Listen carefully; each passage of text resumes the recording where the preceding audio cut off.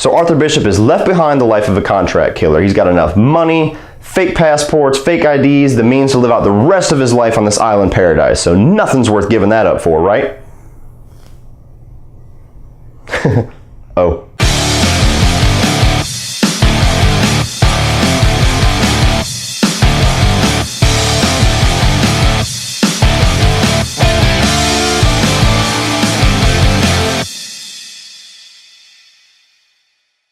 So Mechanic Resurrection is the sequel to 2011's The Mechanic, which is a remake of a Charlie Bronson movie. You know, the first Mechanic was a really serious movie. It was dark, it was gritty, it was somber, and the writer and the director of this movie just said, yeah, we don't need any of that shit, just give me the name, I can use that. So the basic idea of this movie is that Arthur Bishop is ripped back into the life of contract killing by one of his enemies to do 3 contract killings that had to be made to look like accidents, which just happens to be his specialty. And the one thing they're holding over his head to make him do all this.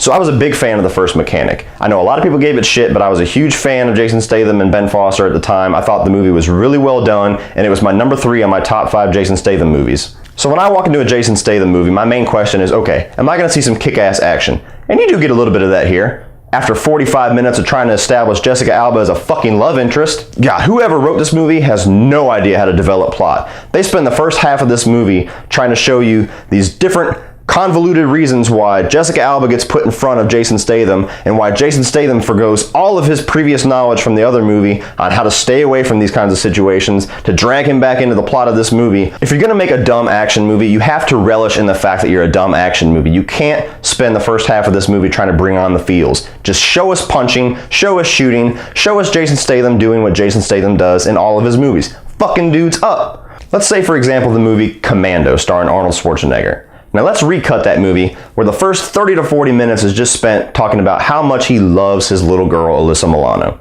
And the first action scene you get in that entire movie is when he's in the mall. Yeah, that's what this movie's like. There's a couple of cool scenes in here when it has to do with his contract killings. It reminds me a lot of the video game Hitman. There's one that showed in the trailers where he has to go underneath a skyline swimming pool and kill the guy and make it look like an accident.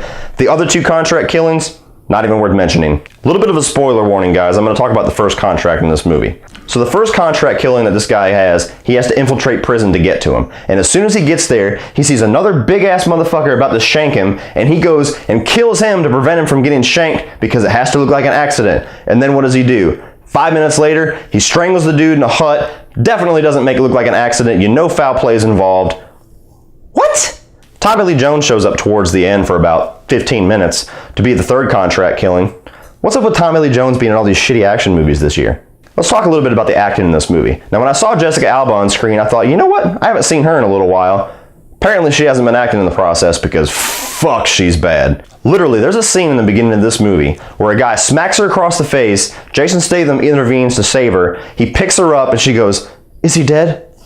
No exaggeration, that's exactly how the scene was. Jessica Alba spends almost the entirety of this movie just getting drug around by her shoulders by the 2 thugs that work for the bad guy. You could have had anybody play that part off the street and we wouldn't have had to spend 45 fucking minutes talking about this woman. As far as the action goes in this movie, guys, if you're a huge fan of the Transporter series, when you see scenes like Jason Statham doing a corkscrew roll in a car or jumping out of a plane to land onto a semi, hey, guess what? There's plenty of that shit in here. There is a ton of shit in this movie that makes absolutely no sense. There's a scene where a cell phone falls in the ocean and he picks it up while it's sitting there dripping water and he's talking to the guy on the phone. There's a scene where he's shooting guys with a silenced pistol and he never runs out of bullets. There's about 3 or 4 stunts in this movie involving hand grenades, which you have to really suspend your disbelief for. The main villain's way of thinking is fucking retarded. There's a scene where Jason Statham's like, how do I know you're not going to kill her after I do these 3 missions? I know you, Arthur. If I betray you, I'll just be one of your targets.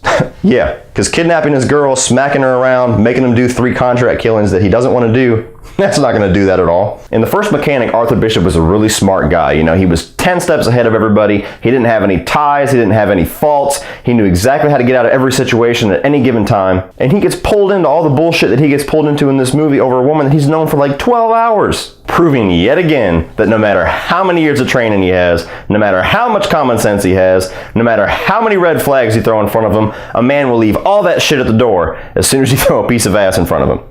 In the end, guys, I'm a huge fan of Jason Statham movies. I know that a lot of dumb action movies out there are made for the purpose of making you suspend your disbelief, shut your brain off and go in and watch things get beat up. But fuck, even I gotta throw the card down sometimes and just call bullshit. This is a total unnecessary sequel by an actor who should be moving way beyond movies like this by now. If you want to shut your brain off and watch a Jason Statham movie where he just kicks the shit out of people, you have way better ones to choose from. So do yourself a favor and skip this shit.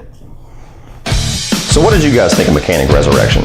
Put your thoughts in the comment section below. Please like and subscribe, and if you like this video, go ahead and click over here to check out some more.